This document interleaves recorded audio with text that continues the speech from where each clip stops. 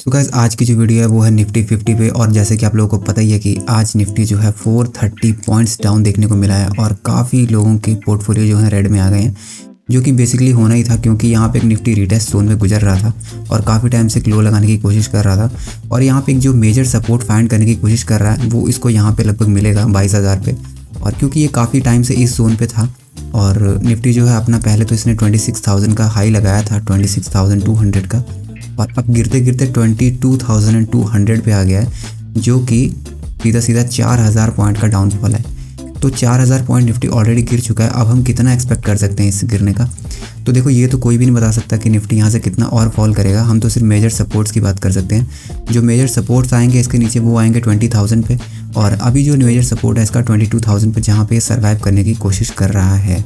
एक ये पूरा जोन ही है सपोर्ट वाला, जहाँ से ये स्टार्ट होता है 23,000 से 21,700 तक का। ये पूरा जोन है जहाँ पे आपको देखने को मिलेगा कि यहाँ पे सपोर्ट लेता दिखेगा ये। और हो सकता है कि अब ये डाउनफॉल थोड़ा कम हो और फिर थोड़ा साइडवेज करके ये थोड़ा सा ऊपर जाने की कोशिश करे, बट ये हमारे हाथ में नहीं है। ये ज़्यादातर तो FII DIS के हाथ में होता है, क्योंकि वही बिग वाली खरीदारी करते हैं और उस वजह से मार्केट में एक बड़ा मूवमेंट आता है, क्योंकि उनकी वजह से मार्केट में बहुत सारे वॉल्यूम्स आ जाते हैं। और उनके वॉल्यूम्स आने से थोड़ी सी जब एक पीक आती है और वो एक बढ़िया कैंडल शो करती है मार्केट में, और उसकी वजह से रिटेल इन्वेस्टर्स फिर उसमें इंटरेस्टेड हो जाते हैं और यहाँ से फिर एक रैली चालू हो जाती है। क्योंकि रिटेल इन्वेस्टर जो है वो अगर पैसा यहाँ पे लगा रहा है तो वहाँ पे उनका कोई फ़ायदा नहीं हो रहा, क्योंकि जो वॉल्यूम्स हैं वो बहुत कम आ रही है उनकी वजह से, क्योंकि उनका अमाउंट जो है वो बहुत कम है। और जो FIIs लगाते हैं उनका अमाउंट बहुत ज़्यादा होता है।